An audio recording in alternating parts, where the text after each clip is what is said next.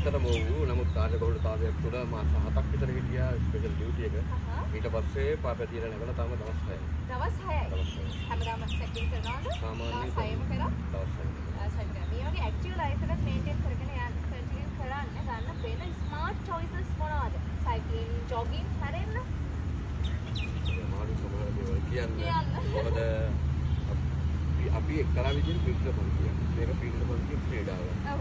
ඉතින් අර ඇත්තටම අර පේන බ්‍රෑන්ඩ් එක මම අමාරුවෙන් හරි යූස් කරනවා නම් ඒක තමයි අපිට කරන්න පුළුවන් දේවල්. ඒ වගේ තව දේවල් තියෙනවා ආහාර වලදී වුණත් පොඩ්ඩක් සැලකිලිමත් වෙන්න ඕන. ස්වීට්ස් වගේ ගන්න නැතුව අයිඩියා එකක් විදිහට ෆුඩ්ස් ගන්න, මුංගට කවුපි ඒ වගේ ඒක තමයි විශේෂයෙන්ම එහෙම. ඔව්.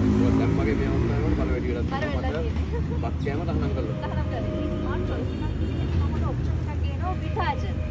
විතාජන් එකක් ට්‍රයි අවුට් කරලා බලන්න පුළුවන්. අනිවාර්යයෙන්. සහ බලලා අපිට කමෙන්ට් එකක් දෙන්න කොහොමද කියලා.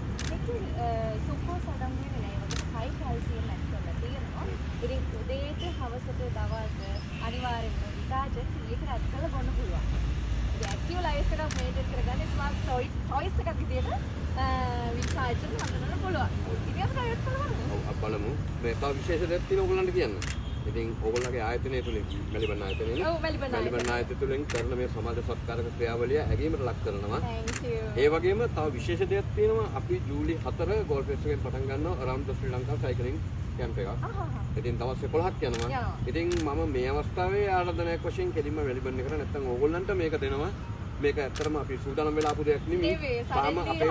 තාම සූදානම් කරමින් පවතින දෙයක්. නමුත් ජූලි 4 අපි ඒක ස්ටාර්ට් කරනවා. ඉතින් එතනදී අපි බලාපොරොත්තු වෙන මෙලිබන් ආයතනයේ විචාරණුත් එක්ක අපිට පුංචිව සපෝට් එකක් දෙන්න. ඒක හොඳයි. එහෙනම් ඔයගොල්ලන්ට ගොඩාක් ස්තුතියි. Thank you uncle.